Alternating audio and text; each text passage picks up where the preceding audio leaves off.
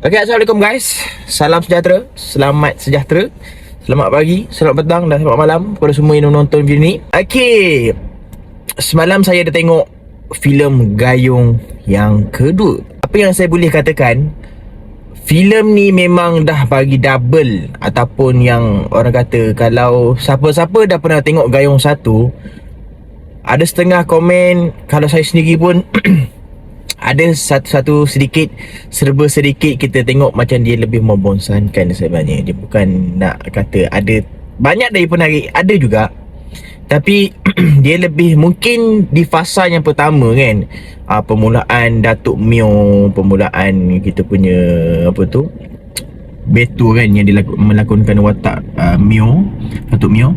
Dia sebenarnya mungkin dia menceritakan latar belakang, menceritakan yelah, dia punya lebih banyak berbicara berbanding aksi. Tapi kalau korang tengok Gayung yang kedua ni, memang sangat-sangat, apa yang saya boleh katakan, korang akan puas hati dan korang akan rasa berbaloi. Sebelum ni, satu hari sebelum saya tengok Gayung Gayung kedua, saya tengok juga review. Ada orang kata seperti Simis sama seperti Mat Kilau. Wow, Mat Kilau tu dah tahap yang nombor 1 kutipan yang terbanyak untuk industri perfilman Malaysia. Sekali bila saya pergi tengok, memang betul, dia ada naik dan turun dia.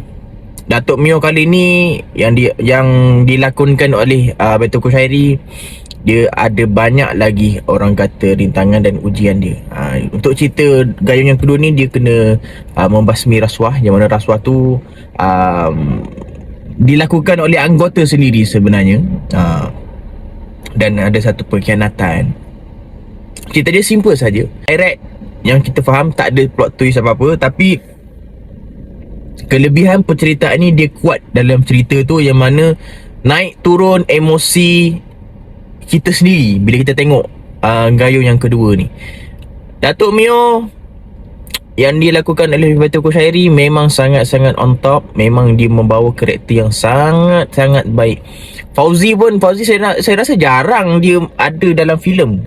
Tak tahu nama dia apa, tapi dia Fauzi dah dalam karakter ni, dalam karakter Gayung yang kedua ni. Memang main peranan betul. Memang nampak dah dia punya pelakon baru, dia punya pekerja baru kan. Dia punya saya rasa pelakon-pelakon dalam cerita ni memang tak ada masalah lah. Tapi anda akan dikoyakkan emosi bila sampai ke penghujung. Hampir-hampir nak ke penghujung. Sebab apa? Itu saya tak boleh nak bagi tahu, takut spoiler. Tapi Mat begitu je Mat. Itulah, apa pun saya boleh bagi 9/10 untuk rating filem Gayung yang kedua.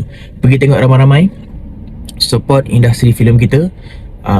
Kalau boleh, jadikanlah Gayung yang kedua ni adalah nombor 2, ataupun lagi elok nombor 1 lah kutipan yang terbanyak. Saya rasa filem Gayung yang kedua ni deserve, layak untuk dapat kutipan yang terbanyak. Kalau nak kata nak bandingkan Gayung yang pertama tu, okey, boleh pergi jauh. Tapi kali ni Gayung yang kedua lagi boleh pergi jauh. Saya amat yakin.